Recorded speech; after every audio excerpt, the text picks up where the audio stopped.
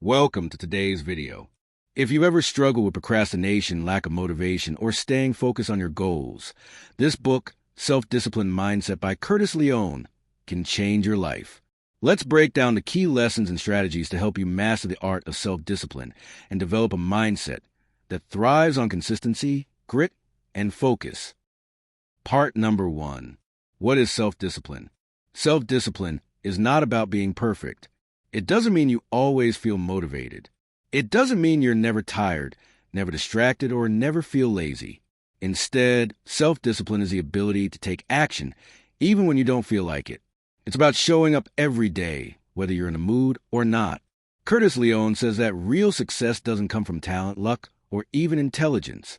It comes from consistency, the ability to keep doing the right things day after day, even when it's uncomfortable. Think of self-discipline like a muscle. The more you use it, the stronger it gets. And the stronger it gets, the easier it becomes to say no to distractions and yes to your goals. So whether you want to get fit, start a business, write a book, or build a better life, it's not about doing it perfectly. It's about doing it regularly, especially when it's hard. That's the true power of self-discipline. So next time you don't feel like working, exercising, or studying, remember, motivation may fade, but self-discipline will carry you through. Part number 2. The war against procrastination. Procrastination is the silent killer of dreams. Curtis Leone describes it as the enemy of progress. And he's right. We all know that feeling, when we should be working, but instead we scroll, snack, or sleep. Why? Because our brain is wired to seek comfort and avoid pain. It loves instant gratification. Watching one more video, checking social media, anything that feels good right now. But here's the harsh truth. Growth never comes from comfort. You'll never improve, succeed, or achieve anything meaningful by staying cozy in your comfort zone. That's the battlefield we're on, you versus your procrastination. So, how do we win this war? Start small. Leone says even taking action for just 5 minutes can change everything. Why? Because once you begin, you build momentum, and momentum is powerful. It's like lighting a spark that turns into a fire. One tiny step leads to another, and before you know it, you're in the zone. Train your brain to move, not delay. Don't wait for motivation. Don't wait to feel like it. Just start, even if it's messy, even if it's uncomfortable. Action kills procrastination. And with every small win, your discipline grows stronger. So the next time your brain tries to distract you, remember, you're at war, and every second counts. Part number 3. Mental toughness is a skill. Mental toughness is a skill, not a gift, not a talent, a skill. Most people think you're either born mentally strong or you're not, but that's not true. Mental toughness is just like a muscle. You don't get it overnight. You build it, rep by rep, challenge by challenge. Every time you push through a hard moment, every time you choose discipline over comfort, you're training your mind to be tougher. When life gets tough, and it will, mental toughness is what keeps you moving forward, even when motivation disappears. It's what makes you wake up early, keep your promises, show up even when you don't feel like it. The secret? Embrace discomfort. Stay committed to your goals, no matter how you feel. Do the hard things, especially when you don't want to. The more you do difficult things, the more confident and powerful you become. Because you're not just building habits, you're building you. So next time you face a challenge, don't back down. Step into it. That's how mental toughness is built. You weren't born with it, but you can build it. Start today. Part number 4. Focus is a superpower. In a world full of distractions, focus has become a superpower.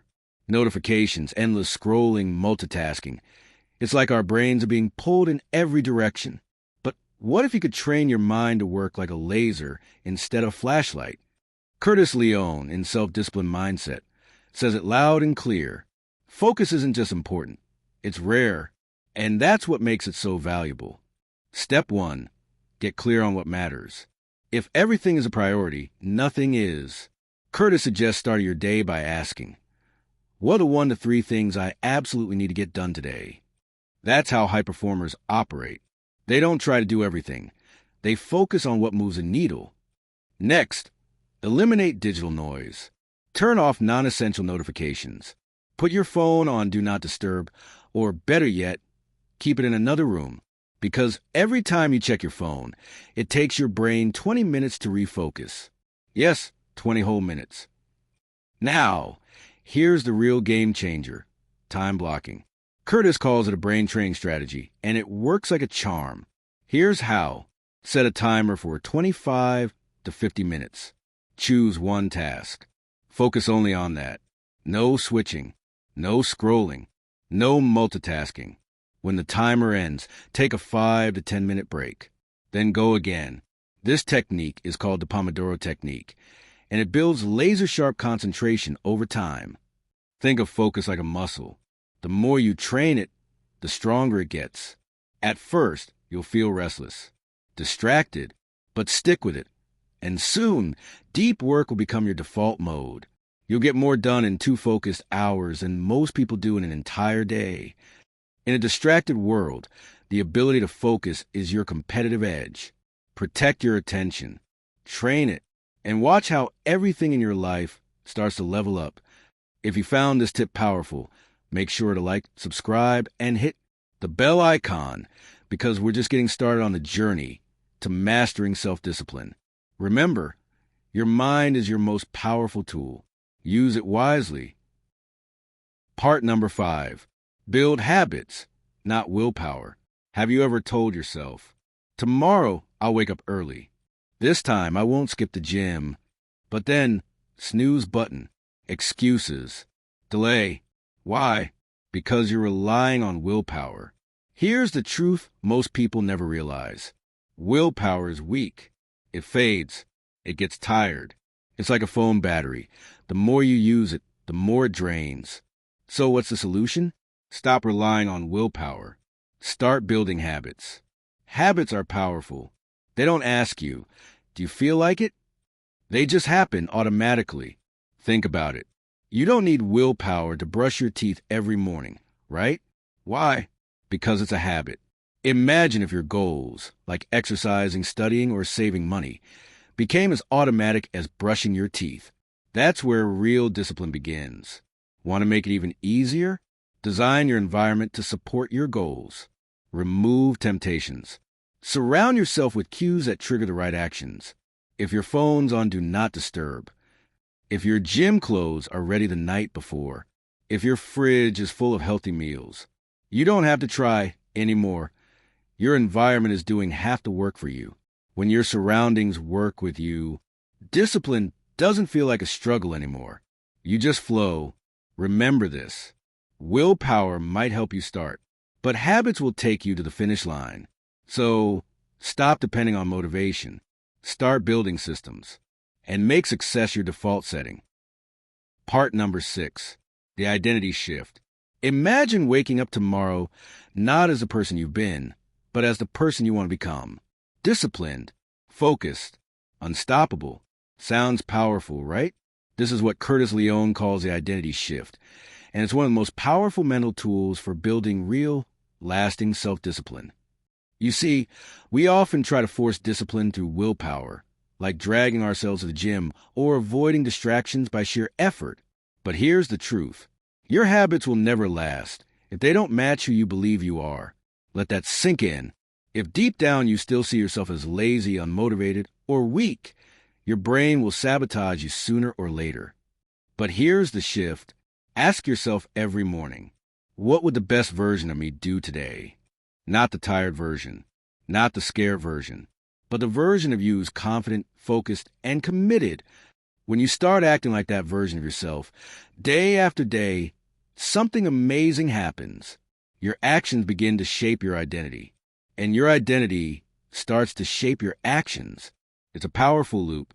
Discipline becomes less of a fight and more of a natural habit. So instead of asking, do I feel like doing this? Start asking, is this what a disciplined person would do? And then be that person, not someday, but today. The path to real self-discipline doesn't start with motivation. It starts with identity. Shift your identity and you'll shift your life. Self-discipline mindset is not just a motivational read. It's a practical guide to transforming your mindset and taking control of your life. If you apply even a few of these lessons consistently, you'll be amazed by what you can achieve. If you found this summary helpful, don't forget to like, subscribe, and hit the notification bell for more life-changing book breakdowns. Until next time, stay focused, stay disciplined, and keep moving forward.